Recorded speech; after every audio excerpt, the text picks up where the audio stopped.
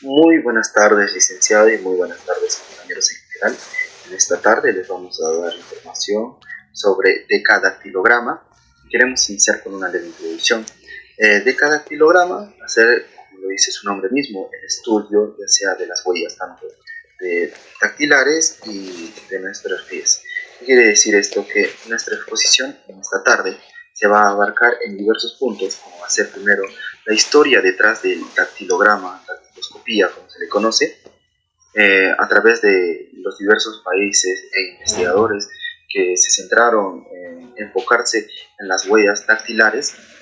Posteriormente entraremos en el estudio ya de diversas máquinas, sistemas, softwares, en los cuales se van a ver implementados estas huellas dactilares de manera moderna, en este punto donde se pueden identificar tanto morfológicamente como con sustancias segregadas por las mismas huellas digitales en nuestro cuerpo. También se van a ver más adelante visto cómo las investigaciones actuales nos dan credibilidad de cómo diversos países a través del mundo están siendo abarcando diversos estudios a través de las huellas dactilares, ya que si es conocido a través de la historia, sí, pero aún hay mucho más ámbito por conocer, y esos son los puntos en los cuales mis compañeros de exposición van a abarcar en esta tarde, que es el tema del dactilograma, que es un tema muy interesante y les pido mucha atención. Otra vez les doy muy buenas tardes, les saludo cordial para todos ustedes. Mi nombre es Isaí Edgar Coltimonago y vamos a iniciar con la exposición. ¿Qué es un dactilograma? Que va a ser la impresión de las crestas de fricción de los dedos, único en cada persona, incluso en gemelos.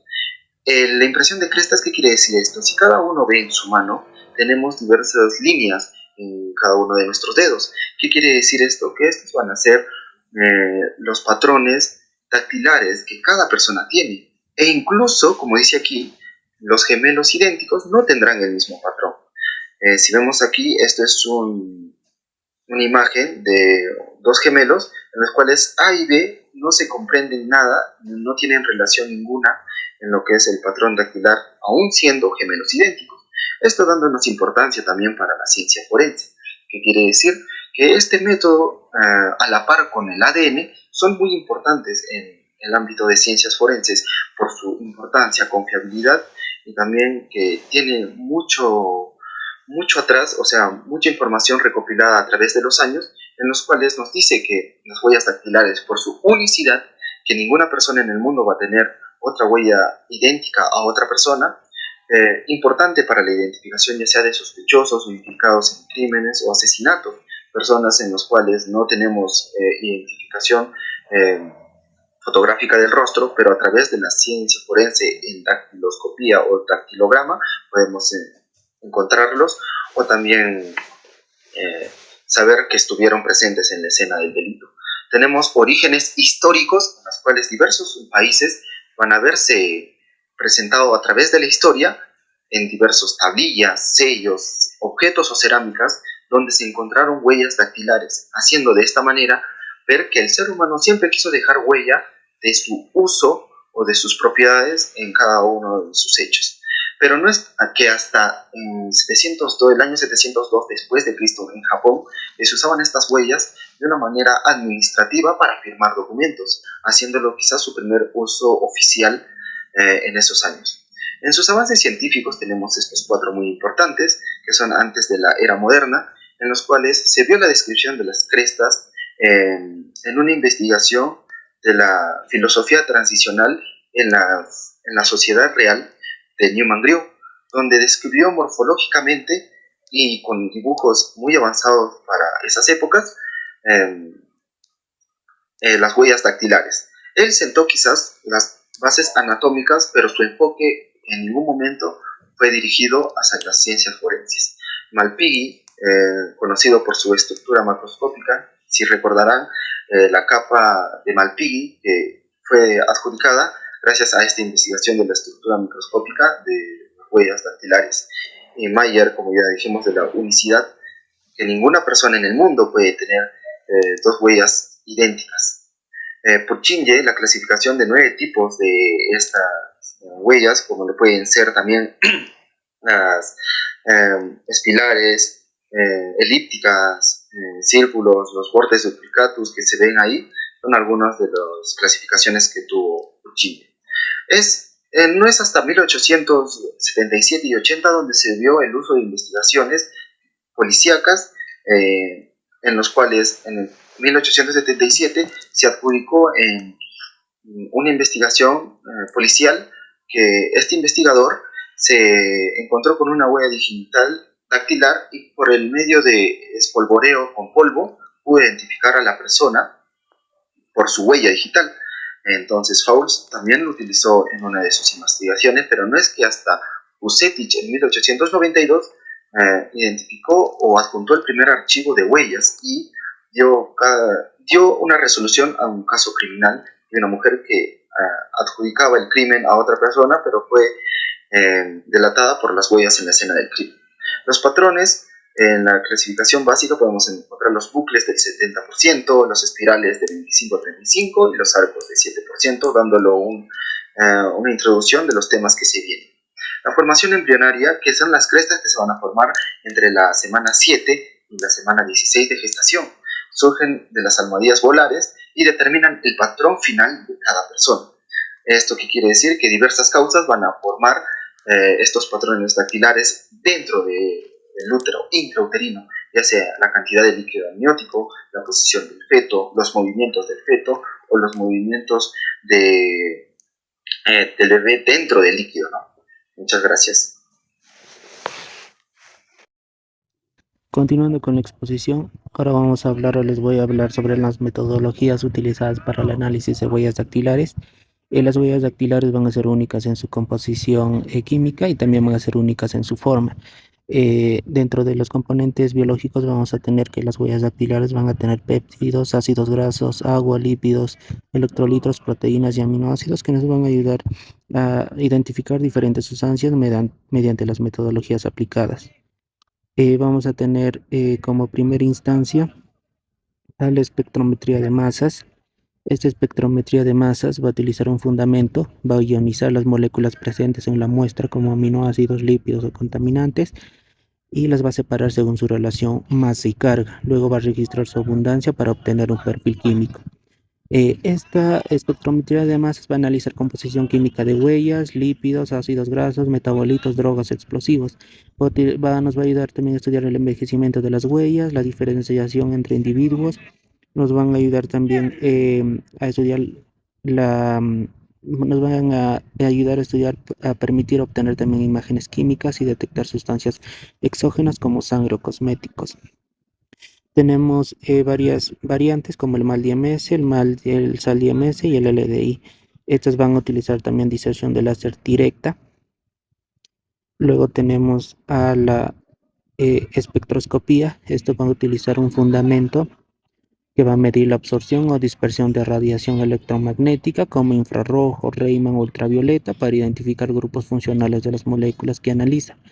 Esto nos va a ayudar a estudiar la composición química de ácidos grasos, proteínas, agua, metabolitos. También nos va a ayudar a estudiar las diferencias entre donantes como niños, adultos, el sexo también. Luego nos va a ayudar a estudiar la degradación y envejecimiento, pérdida de lípidos y proteínas. Luego nos va a ayudar a estudiar también las sustancias exógenas como explosivos, lubricantes, drogas. Entre las técnicas más usadas vamos a tener al infrarrojo, que con la utilización de reflectancia total atenuada nos va a ayudar a estudiar las diferencias de las huellas dactilares. Luego vamos a utilizar el Raman, que va a utilizar una dispersión de luz para identificar enlaces químicos. Y luego va a utilizar el infrarrojo cercano también, útil para las huellas en papel o vidrio. Eso va a tener una ventaja que va a ser un método no destructivo y también va a ser un método económico. Estas tres metodologías nos va a permitir analizar las diferencias entre las huellas dactilares. Como ya lo dije, nos va a ayudar gracias a sus radiaciones electromagnéticas. Luego vamos a tener a los métodos alternativos como las nanopartículas. Estas nanopartículas van a usar un fundamento, van a usar pequeñas partículas como el oro, plata, metales oxidativos o silicio, por su alta área superficial, también por sus propiedades ópticas y conductoras. Nos va a ayudar a analizar revelando las huellas dactilares con alta resolución, la detección de drogas o metabolitos adheridos. Luego vamos a tener a los inmunoensayos. Este inmunoensayo va a utilizar un fundamento que van a utilizar anticuerpos que se unen específicamente a antígenos o metabolitos presentes en el sudor como cotinina, drogas o proteínas. Esto nos va a a ayudar a analizar marcadores biológicos específicos como drogas, metabolitos, proteínas, como la dermicidina. Luego tenemos a los métodos ópticos de imagen 3D que nos van a ayudar a crear imágenes de las huellas dactilares tridimensionalmente utilizando cámaras ópticas y sensores para crear una imagen más nítida y poder. Buen día, mi nombre es Emma Borges. Yo les voy a hablar de un artículo como título, resultado de determinación del sexo a partir de la densidad de las crestas cubital y radial de las huellas dactilares de Brasil. Este estudio ha sido en Brasil de 200 personas, la cual del sexo femenino 100 y del sexo masculino 100. El estudio ha sido recopilado a través del Instituto Nacional de Brasil, en lo cual los patrones dactilares son únicos en el mundo para cada individuo. Vamos a tener lo que es la presilia, el arco y el verticilio. Las densidades de las crestas es el recuento de las líneas de fricción que van a estar en un área determinado de una huella dactilar. Nos vamos a ubicar en lo que es en el área radial y en el área cubital. De acuerdo a los valores de promedio de densidad por sexo, nos dice de que en el área cubital de varones va a ser de 16.46 y de mujeres de 17.84. En el área radial va a ser de varones de 16.31 y de mujeres de 17.66.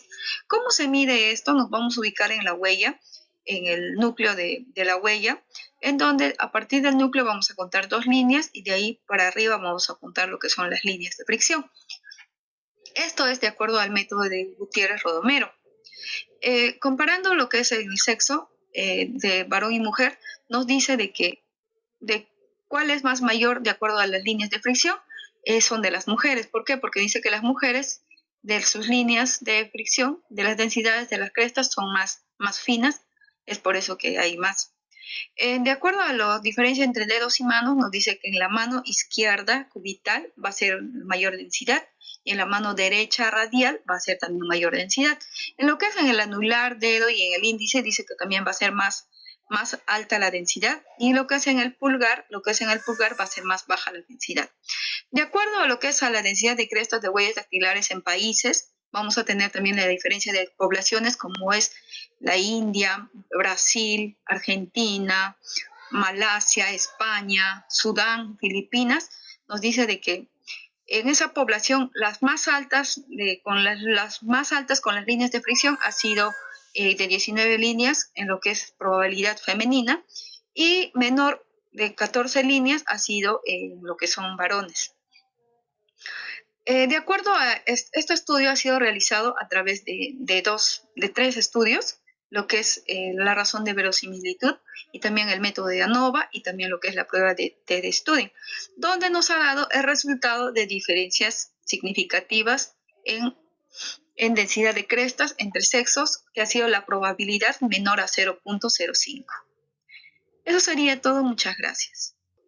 Buenas tardes, yo les voy a hablar sobre la pérdida del dactilograma durante la senilidad.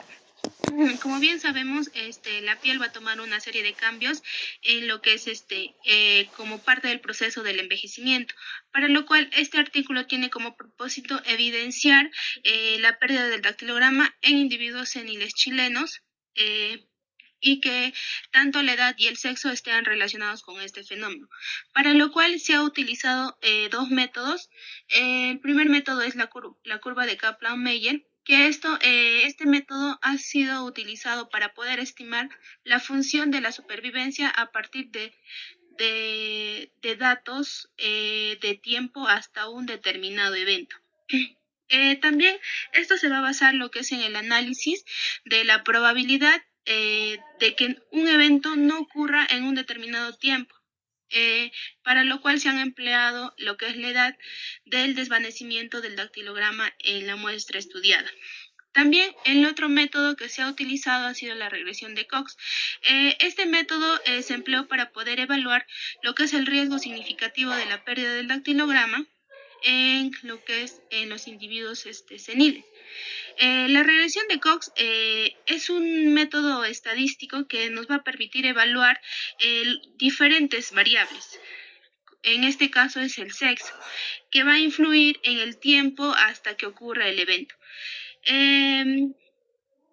Tanto en estos dos métodos, el método de la regresión de Cox va a tener la capacidad de adicionar o evaluar el efecto de múltiples variables. Para lo cual, en este artículo nos habla de que han utilizado 487 individuos, entre ellos 120 hombres y 367 mujeres, los cuales estos van a estar en un rango de edad de 55 a 107 años de edad. Como resultados, se pudo observar que 235 no presentaban lo que es el dactilograma en total, de los cuales el 45 varones sin presencia de dactilograma y 190 mujeres sin presencia de dactilograma. Como podemos observar en este cuadro donde dice sobrevida la identidad por género, acá ya vamos a aplicar lo que es tanto el sexo con la edad.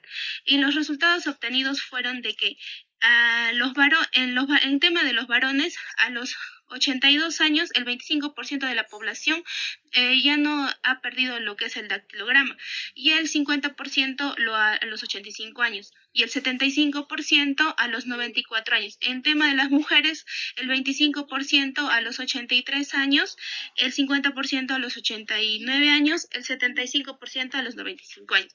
Con el método de la regresión de Cox también se pudo observar que el 42.4% de los varones no tienen el dactilograma. Gracias. Mi nombre es Laura Chiara. Yo les voy a hablar, mi artículo trata de la relación entre el patrón datiloscópico epidérmico y dérmico. Bueno, en este artículo examina la relación entre patrones datiloscópicos epidérmicos y dérmicos.